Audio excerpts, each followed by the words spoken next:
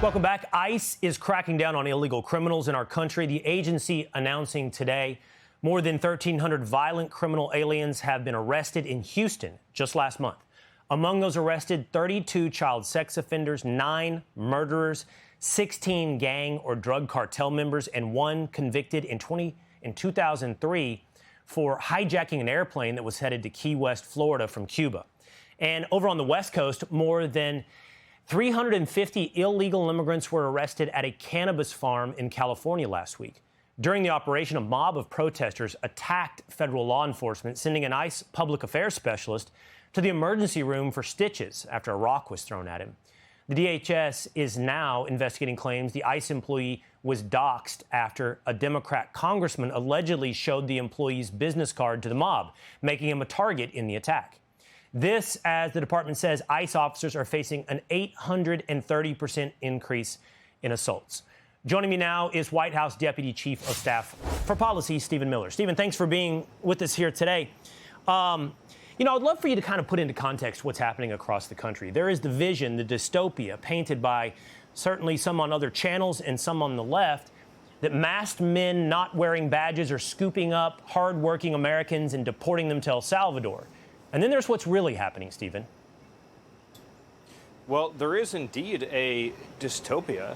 And that dystopia is the state of some of our inner cities, some of our Democrat cities, where migrant gangs imported by the Democrats, imported by the Biden administration, have run free for years. You ticked off some of these arrests. We are deporting child predators and child rapists from these communities en masse.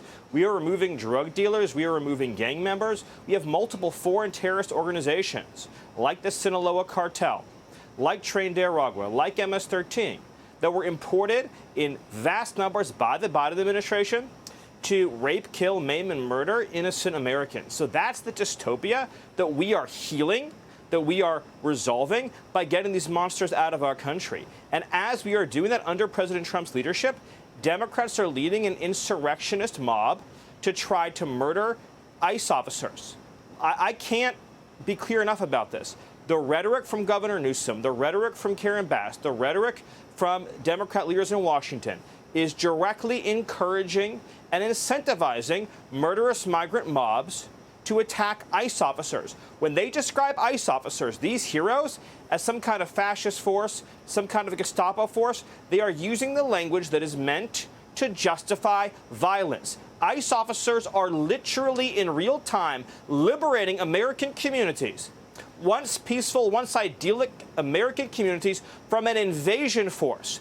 I cannot imagine a nobler, a more righteous activity for any American to do than to go into these communities, face off against hostile mobs, and literally free them from the forces of destruction and violence. No doubt. The dystopia that I reference is the one they are calling your healing mechanism, the corrective to what's happened. They're suggesting that this is an authoritarian force marching into their neighborhoods, making a comparison, as you point out, to Nazis. Meanwhile, we see reports, not just the ones I ticked off, of seriously bad individuals that are in this country. It makes you wonder what a congressman like this Democratic congressman who was involved in some of the riots around that raid in California, what exactly it is they are championing across America. Well, they're championing sex slavery. They're championing child slavery. They're championing labor trafficking. They're championing foreign terrorist organizations. But also they're championing the theft of American dollars, the theft of American lives, and the theft of American dreams. Nobody has the right to invade our country, fill up our emergency rooms, take our health care, take our jobs, take our tax dollars, live an entire life on free welfare. Every illegal alien family that Joe Biden and his party imported into this country that has 5 kids, 6 kids, 7 kids, who do you think is paying for their health care? Who do you think is paying for their education? Who do you think is paying for their food, their shelter, their housing, all of it? The working and middle class of this country. We have communities all across this nation that 20 years ago, before the era of open borders, were completely peaceful, completely stable, thriving middle classes. Look at a place like Minneapolis. Post-mass migration, they are unsafe. They are violent. You cannot use the public parks. The education systems don't function. How often have we heard about how the education system in this country is collapsing? Maybe what brought it to the brink of collapse was importing millions upon millions of people from the developing world who are not even literate or fluent in their home languages, who can't even read or write in their home languages, brought here. So you have the violence, you have the social decay, you have the enormous cost. Has ever so great an abuse been heaped upon an innocent people as what was done to Americans through a forced policy of mass migration? ICE officers are restoring democracy by effectuating the laws of this country and the mandate delivered when President Trump won his landslide to get the illegal aliens out of this country. And that includes, of course, the criminal aliens. Do you know, since the beginning of this administration, ICE has arrested over 100,000 illegal aliens with criminal records from our communities?